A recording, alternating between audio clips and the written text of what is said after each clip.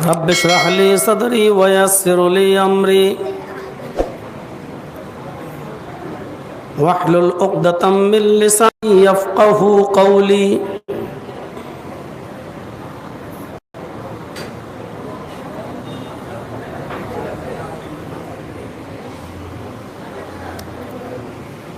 حمد و ثنا،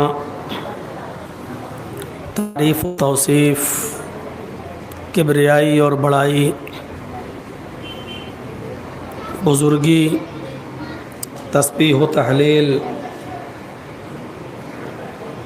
اللہ سبحانہ و تعالی کے لیے لائق و سزاوار ہے، جو وحدہ لا شریک ہے، جو مالک الملک ہے، جو رب العالمین ہے، جو رب العرش العظیم ہے، جو احکم الحاکمین ہے، اور جو کائنات کی ہر شے پر قادر، علی کل شیء قدیر ہے. اور اسی سے ہماری یہ دعا ہے کہ الہ العالمین رہتی دنیا تک اور قیامت کی صبح تک درود و سلام کے بے شمار پھولوں کی بارش فرما، تمام پیغمبروں پر اور بالخصوص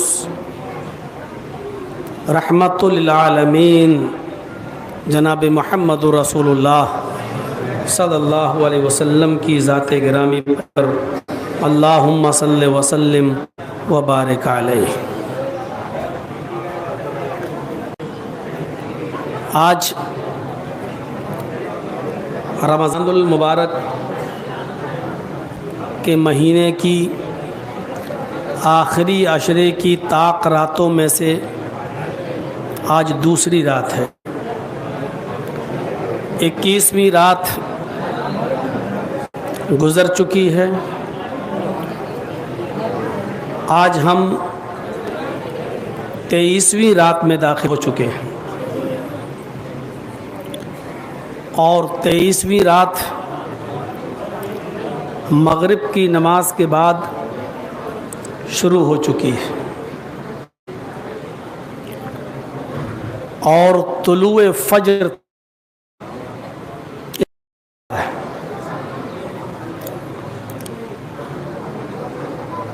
ہماری اور آپ کی کوشش یہ ہونی چاہیے کہ اس رات کی قدر کرتے ہوئے، اس کی اہمیت اور فضیلت کو سمجھتے ہوئے، ہمیں اس رات کو ضائع نہیں جانے دینا، بیکار نہیں جانے دینا. اگر آپ کسی جگہ سے اٹھ کر دوسری جگہ جا رہے ہیں اور قرآن کریم کو اٹھا کر رکھنا پڑ رہا ہے، تو اڑتے بیٹھتے چلتے پھرتے بھی کچھ نہ کچھ پڑھتے رہیے، اور اپنی زبان کو ذکر الہی میں رطب رکھیے، جاری رکھیے. بہت بڑی دعائیں اگر آپ کو یاد نہ ہوں تو سبحان اللہ، الحمدللہ، اللہ اکبر ہی کہتے رہیے، لا الہ الا اللہ کہتے رہیے. اور شب قدر کی یہ دعا اگر یاد ہے تو بہت اچھی بات ہے. اللہم انک عفو تحب العفو فاعف عنی. اس دعا کو اپنی زبان پر جاری رکھیے اور اس کا ورد کرتے رہیے.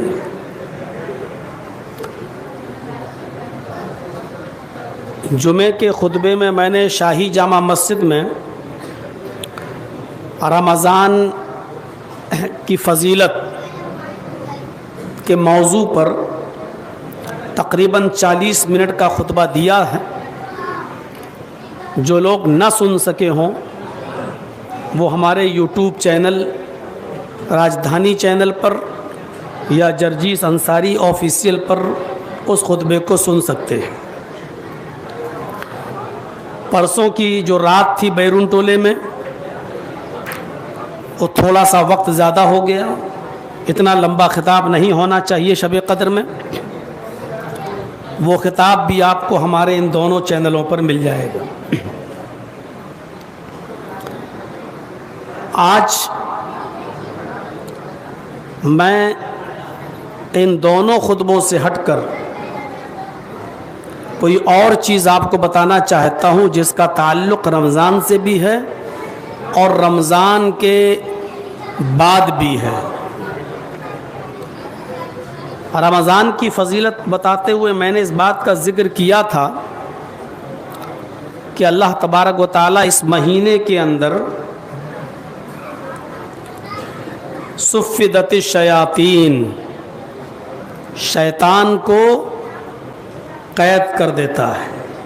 جتنے بھی شیطان ہیں اذا کان اول لیلۃ من شہر رمضان، رمضان کا چاند ہوتا ہے اور پہلی رات جب ہوتی ہے یعنی روزہ کل سے شروع ہونا ہے اور آج چاند ہوا ہے رمضان کا، تو چاند ہوتے ہی شیطان قید کر دیے گئے. اور میں نے بتایا تھا کہ تاریخ جو چینج ہوتی ہے وہ مغرب کے بعد چینج ہوتی ہے عربی. بہت فون آتے ہیں اس تعلق سے کہ مولانا عدت عورت کی کب شروع ہوتی ہے کب ختم ہوتی ہے، عقیقہ کب سے جوڑا جائے گا کب سے نہیں جوڑا جائے گا. تو آج اس مسئلے کو ذہن نشین کر لیجئے. کسی بھی عورت کے شوہر کا انتقال اگر مغرب سے 1 منٹ پہلے بھی ہو گیا، مغرب کی اذان سے 1 منٹ پہلے بھی ہو گیا، تو وہ دن اس کی عدت میں جوڑا جائے گا پہلا دن. اور اگر مغرب کی اذان کے بعد یا اذان ہو رہی ہے تب ہوتا ہے، کیونکہ اذان سورج غروب ہونے کے بعد ہی ہوتی ہے. اذان شروع ہو گئی اس کا مطلب تاریخ چینج ہو گئی. تو مغرب کی اذان ہوتے وقت یا مغرب کے بعد شوہر کا انتقال ہوتا ہے تو پھر وہ دن عدت میں نہیں جوڑا جائے گا، اس کا اگلا دن عدت میں جوڑا جائے گا. مثلا آج منگل ہے یا بدھ ہے تو مغرب سے پہلے ایک ایگزامپل دے رہا ہوں، ایک مثال دے رہا ہوں، جیسے اتوار کے دن یا جمعے کے دن اگر مغرب سے پہلے کسی کا انتقال ہوا ہے تو جمعے کا دن جوڑا جائے. ایسے ہی کوئی بچہ پیدا ہوا ہے جمعے کے دن مغرب سے پہلے 1 منٹ پہلے بھی اگر پیدا ہوا ہے تو جمعے کا دن جوڑا جائے گا، جمعہ ہو گیا. اب عقیقہ کب کرنا ہوگا؟ جمعہ جوڑا جائے گا، سنیچر اتوار سوموار منگل بدھ جمعرات.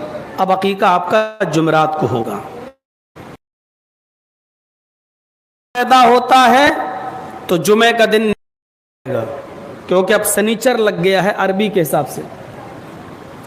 اب وہ سنیچر جوڑا جائے گا، جمعہ نہیں جوڑا جائے گا. سنیچر اتوار سوموار منگل بدھ جمعرات جمعہ. اب آپ کے بچے کا عقیقہ جمعے کے دن ہوگا. اسی پر قیاس کیجئے گا سب. عدت کا بھی وہی معاملہ ہے اور ختم بھی وہی ہوگی. مغرب کے بعد 4 مہینے 10 دن جب عورت کی عدت کے ہو جائیں یا کسی شوہر نے اپنی بیوی کو طلاق دے دی تو طلاق کی عدت 3 مہینہ، تو یہ وہی سے جوڑا جائے گا. مغرب سے پہلے اگر طلاق دی ہے تو وہ پہلا دن جوڑا جائے گا. مغرب کے بعد طلاق دی ہے تو پھر وہ دوسرا دن جوڑا جائے گا. اب اس طرف ہم نہیں جانا چاہتے کہ پہلی طلاق کے بعد عدت جوڑی جائے گی کہ دوسری کے بعد کہ تیسری کے بعد. پہلی طلاق رجعی ہے, عدت وہاں سے نہیں جوڑی جائے گی. دوسری طلاق بھی رجعی ہے, وہاں سے عدت نہیں جوڑی جائے گی. اور جہاں تیسری طلاق دی, تیسری طلاق کے بعد وہیں سے عدت جوڑی جائے گی. اور تیسری طلاق کے بعد ہی عورت کا شوہر کے ذمہ نان, نفقہ, روٹی خرچے کی کوئی ذمہ داری اب شوہر کی نہیں رہے گی. وہ دوسرے مسئلے آ جائیں گے, ہم اس طرف ابھی نہیں جانا چاہتے, وہ تفصیلی بحث ہے. اسی طریقے سے کوئی آدمی اگر اعتکاف میں بیٹھتا ہے تو مغرب کی اذان سے 1 منٹ پہلے تک 20واں روزہ ہوتا ہے. اس لیے مغرب کی نماز اعتکاف کرنے والے کو مسجد میں پڑھنا ہے. ہمارے یہاں غلطی یہ ہوتی ہے کہ بہت سے لوگ عصر کے بعد مسجد میں گھسا دیتے ہیں اعتکاف کرنے والوں کو کہ اب عصر کے بعد تم نکلنا نہیں, اب تمہارا اعتکاف شروع ہو گیا ہے. عصر کے بعد نہیں ہے. عصر کے بعد وہ بات چیت بھی کر سکتا ہے, عصر کے بعد گھر بھی جا سکتا ہے, عصر کے بعد وہ مارکیٹ بھی جا سکتا ہے, سامان بھی خریدنے جا سکتا ہے. کوئی اگر مر گیا اور اس کی جنازے کی نماز ہو رہی ہے تو عصر کے بعد وہ جنازے کی نماز میں بھی جا سکتا ہے. اس کو مغرب کی نماز مسجد میں پڑھنا ہے, کیونکہ مغرب کی نماز جب ہوئی تو 21 تاریخ یعنی 21واں رات شروع ہو گئی, اور پھر وہ مسجد میں رہے گا اور پوری رات وہ مسجد میں گزارے گا. اور فجر کی نماز پڑھنے کے بعد جو اس نے اپنا حجرہ بنایا ہے, جو اپنا خیمہ ڈالا ہے, جو اس نے پردہ ڈالا ہے, فجر کی نماز پڑھنے کے بعد پھر وہ اس کے اندر جائے گا. مغرب سے لے کر فجر کی اذان تک وہ باہر رہے گا, مسجد میں رہے گا, مسجد کے باہر نہیں, مسجد میں عبادت لوگوں کے ساتھ کرے گا, بیٹھے گا, قرآن کی تلاوت کرے گا, لیکن اپنے خیمے میں جہاں اس نے پردہ ڈالا ہے, رہنے کا انتظام کیا ہے, وہ فجر کی نماز کے بعد اس میں جائے گا. اسی طریقے سے قربانی بھی جب آپ کریں گے تو 10, 11, 12 اور 13, تو 13 تاریخ کو مغرب کی نماز سے پہلے پہلے, اذان سے پہلے پہلے تک آپ قربانی کر سکتے ہیں. یعنی بہت سے لوگ کہتے ہیں عصر تک, 13 تاریخ کے عصر تک نہیں, عصر کے بعد بھی کر سکتے ہیں. یہاں تک کہ اگر مغرب کی اذان میں 1-2 منٹ باقی رہ گیا ہے, اس وقت تک بھی 13 تاریخ ہے, آپ اس وقت بھی قربانی کر سکتے ہیں, آپ کے لیے جائز. اس مسئلے کی وضاحت اتنی کافی ہے, اتنا یاد رکھیے.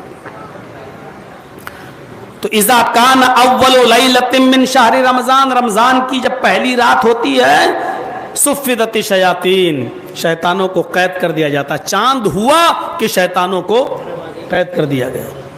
اور شیطانوں کو ہی نہیں, ومردۃ الجن, سرکش شیطانوں کو بھی, سرکش شیطان, سرکش جن, ومردۃ الجن, اور سرکش جنوں کو کے بھی پیروں میں بیڑیاں ڈال دی جاتی ہیں.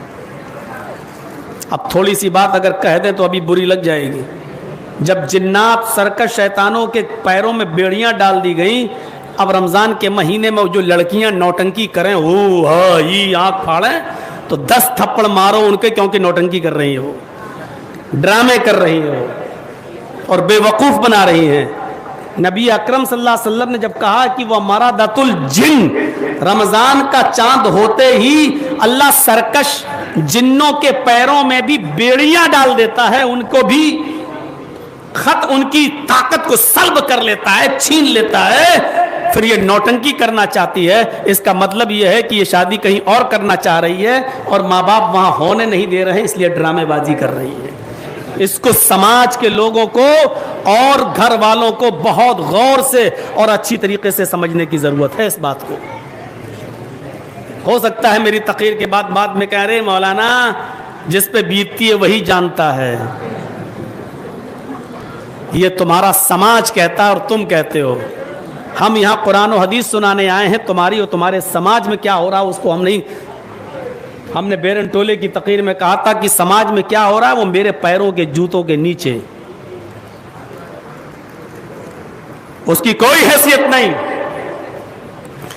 شیطانوں کو جکڑ دیا جاتا ہے, اور یہ جکڑنا ہی کا نتیجہ ہے. بتائیے رمضان کے علاوہ دوسرے مہینے میں کیا اتنے نمازی دکھائی دیتے ہیں؟ اور عید کے دن یہ ہمارے زبیر صاحب کہہ رہے تھے مولانا اگر کوئی رات نہیں مل رہی ہے تو عید کی باسی دے دیجیے. ہم نے کہا لوگوں کو اکٹھا نہیں کر پاؤ گے. مولانا ہو جائیں گے. ہم نے کہا 50 آدمی بھی اکٹھا نہیں کر پاؤ گے آپ. ہمیں معلوم ہے نا تجربہ. کیوں؟ کیونکہ عید کا چاند ہوتے ہی شیطان چھوڑ دیے جائیں گے. پھر ڈی جے کے تھاپوں پر آوازیں چلیں گی, گانے چلیں گے, زور زور سے لاؤڈ اسپیکر بجیں گے. یہ شیطان جکڑ دیے گا. اسی لیے تو یہ سب ہو رہا ہے. کتنے نمازی دکھ رہے ہیں ہر مسجد میں, دیکھ لو آپ. کتنی قرآن کی تلاوتیں جو رمضان میں ہو جاتی ہیں دوسرے مہینوں میں نہیں ہو پاتی ہیں. یہ اسی بات کا نتیجہ ہے کہ شیطان سے اللہ تعالیٰ نے بہکانے اور ورغلانے کی طاقت کو کمزور کر دیا, چھین لیا ہے اس سے. وَمَرَدَتُ الْجِنِّ, اور سرکش جنوں کو بھی بیڑیاں ڈال دی جاتی ہیں. اور اس کے بعد رمضان کی ایک فضیلت کیا ہے؟ وَغُلِّقَتْ أَبْوَابُ النَّارِ, جہنم کے دروازے بند کر دیے جاتے ہیں. فَلَمْ يُفْتَحْ مِنْهَا بَابٌ, کوئی دروازہ کھولا نہیں جاتا. جہنم کے سارے دروازے بند. ویسے بھی سارے دروازے بند رہتے ہیں لیکن رمضان میں اور زیادہ شدت ہو جاتی ہے, اس میں اور زیادہ مضبوطی کے ساتھ بند کر دیے جاتے ہیں. اور چوتھی خصوصیت کیا ہے؟ وَفُتِحَتْ أَبْوَابُ الْجَنَّةِ, جنت کے دروازے کھول دیے جاتے ہیں. فَلَمْ يُغْلَقْ مِنْهَا بَابٌ, اور کوئی دروازہ بند نہیں کیا جاتا. سمجھ رہے ہیں, دیکھ رہے ہیں. اور وَيُنَادِي مُنَادٍ يَا بَاغِيَ الْخَيْرِ أَقْبِلْ وَيَا بَاغِيَ الشَّرِّ أَقْصِرْ, اور ایک پکارنے والا اللہ تعالیٰ ایک گیت لگا دیتا ہے. ایک فرشتہ, آئے فرشتوں, وہ فرشتہ کہتا آئے لوگو, آئے باغی الخیر اقبل, آئے نیکیوں کے کرنے والے نیکیوں میں آگے بڑھ. وَيَا بَاغِيَ الشَّرِّ أَقْصِرْ, اور آئے گناہوں کے کرنے والے گناہ سے باز آ جا. کتنا مہربان ہے اللہ کہ اس نے ایک فرشتے کو متعین کر دیا. وہ فرشتے کی ڈیوٹی لگا دی. روزانہ وہ فرشتہ پورے رمضان پکارے گا, لوگوں سے کہے گا آئے نیکیوں کے کرنے والے نیکیوں میں آگے بڑھ, آئے گناہوں کے کرنے والے گناہ سے باز آ جا. وَلِلَّهِ عُتَقَاءُ مِنَ النَّارِ, اور اللہ افطاری کے وقت, شام کو افطاری کے وقت جب بندہ افطار کے لیے بیٹھتا ہے اور جیسے ہی سورج غروب ہوتا ہے افطاری کے وقت اللہ رب العالمین جہنم سے جہنمیوں کو آزاد کرتا ہے. کتنے جہنمیوں کو آزاد کرتا ہے یہ اللہ کو معلوم, اس کی گنتی کسی کو نہیں معلوم. اللہ جہنم سے جہنمیوں کو آزاد کرتا ہے. وَقُلَّ, اور ایسا اللہ کے نبی صلی اللہ علیہ وسلم فرماتے ہیں ہر رات, وَذَلِكَ كُلَّ اللَّيْلِ, اور ایسا رمضان کی ہر رات کے اندر ہوتا ہے. ایسا اللہ رب العالمین پورے رمضان میں ہر افطاری کے وقت ایسا کرتا ہے, یعنی ہر افطاری کے وقت جہنم سے جہنمیوں کو آزاد کرتا ہے. اسی لیے افطاری کے وقت کی دعا بہت زیادہ اللہ تبارک و تعالیٰ قبول کرتا ہے. بہت سے لوگ گھڑیوں پر نظر ڈالتے ہیں کتنا ٹائم اور رہ گیا ہے, کتنی دیر اور رہ گئی ہے, اور کہیں کسی اچھی جگہ افطار پارٹی ہو رہی ہو تو اور گھڑی دیکھ رہے ہیں کتنا وقت رہ گیا ہے, کتنا وقت, جبکہ وہی وقت ہے قبولیت کا. جن کے ماں باپ اس دنیا سے رخصت ہو چکے ہو, انتقال کر گئے, ان کے لیے تو یہ افطاری کا وقت نعمت غیر مترقبہ ہے. ان کو تو دعا مانگنا چاہیے, اللہ تو ہر رات جہنم سے جہنمیوں کو آزاد کرتا ہے, اگر میرے ماں باپ بھی اس کے حقدار ہیں اور جہنمی ہے تو اے اللہ ہمارے ماں باپ کو بھی تو جہنم سے آزاد فرما دے, اے اللہ ان کو بھی تو جنت دے دے. میرے بھائیوں ذرا غور کرو کہ اللہ رب العالمین کتنا مہربان ہے. یہ فضیلت میں نے بتائی تھی جمعے کے خطبے میں, لیکن آج میں یہ بتانا چاہتا ہوں کہ اللہ رب العالمین نے اس مہینے کے اندر جو ایک خاص فضیلت رکھی ہے رمضان کی, وہ کیا ہے؟ شب قدر, لیلۃ القدر. اور یہ 5 راتیں اللہ کے نبی نے فرمایا کہ تم لیلۃ القدر کو رمضان کے آخری عشرے کی طاق راتوں میں تلاش کرو. 21, 23, 25, 27, 29 یہ ہے طاق راتیں. جو لوگ اعتکاف میں بیٹھے ہیں، ہمارے یہاں اکثر ایسا ہوتا ہے کہ جیسے ہی عید کا چاند ہوا اور نمازی لوگ جب پتہ چل گیا چاند ہو گیا یا کہیں سے خبر آ گئی تو اعتکاف والوں کے پاس جاتے ہیں اور پھر ان سے کہتے صاحب نکلیے، ماشاءاللہ اب اعتکاف ہو گیا ہے، اب آپ ختم ہو گیا، چاند ہو گیا، ان کو نکال دیتے. جبکہ لوگوں کو نکالنے کے لیے شریعت میں حکم نہیں ہے، نہ اللہ کے نبی نے کہا ہے کہ کچھ نمازی ان کے پاس جائیں اور ان کو وہاں سے نکالیں، کیونکہ اعتکاف کرنے والے کے لیے افضل یہ ہے کہ عید کا چاند ہو جانے کے بعد بھی وہ رات بھی مسجد میں گزارے اور اس رات بھی عبادت کرے، اور صبح فجر کی نماز پڑھ کے عید سے پہلے، عید کی نماز سے پہلے جو فجر کی اذان ہوگی اس نماز کو پڑھنے کے بعد وہ باہر نکلے. یہ افضل ہے، یہ بہتر ہے، یہ سب سے اچھا ہے. اعتکاف کرنے والے کہیں غصہ نہ ہو جائے میرے اوپر، یہ مولوی ایک اور مصیبت ڈالنے دے رہا میرے اوپر. کیونکہ رمضان کی 5 راتیں تو جاگنے کی ہیں ہی، عید کی رات بھی جاگنے کی ہے، وہ بھی عبادت کی رات ہے. اتنا یاد رکھیے گا. میں یہ نہیں کہہ رہا ہوں کہ وہ نکل نہیں سکتے. پھر سن لیجئے، معتکف کا، اعتکاف کرنے والے کا عید کا چاند ہو جانے کے بعد اپنے معتکف سے نکل کر اپنے گھر جانا جائز ہو گیا ہے، وہ جا سکتا ہے، لیکن افضل یہ ہے کہ عید کی رات بھی وہ مسجد میں گزارے اور فجر تک اللہ کی عبادت میں لگا رہے اور فجر کی نماز پڑھ کے وہ اپنے گھر جائے. یہ افضل ہے، یہ زیادہ بہتر ہے. جب آپ 5 راتیں جاگ لیے، 10 دن رہ لیے، تو 1 رات اور جاگنے میں اور 1 رات اور عبادت کرنے میں اور افضلیت کا ثواب ہے، افضل ہے، تو ایسا کرنے میں کیا حرج ہے؟ ایسا بھی کر سکتے ہیں. لیکن آپ تو رہنا چاہتے ہیں، لیکن یہ پہلے پہنچ جائیں گے حاجی اور نمازی لوگ.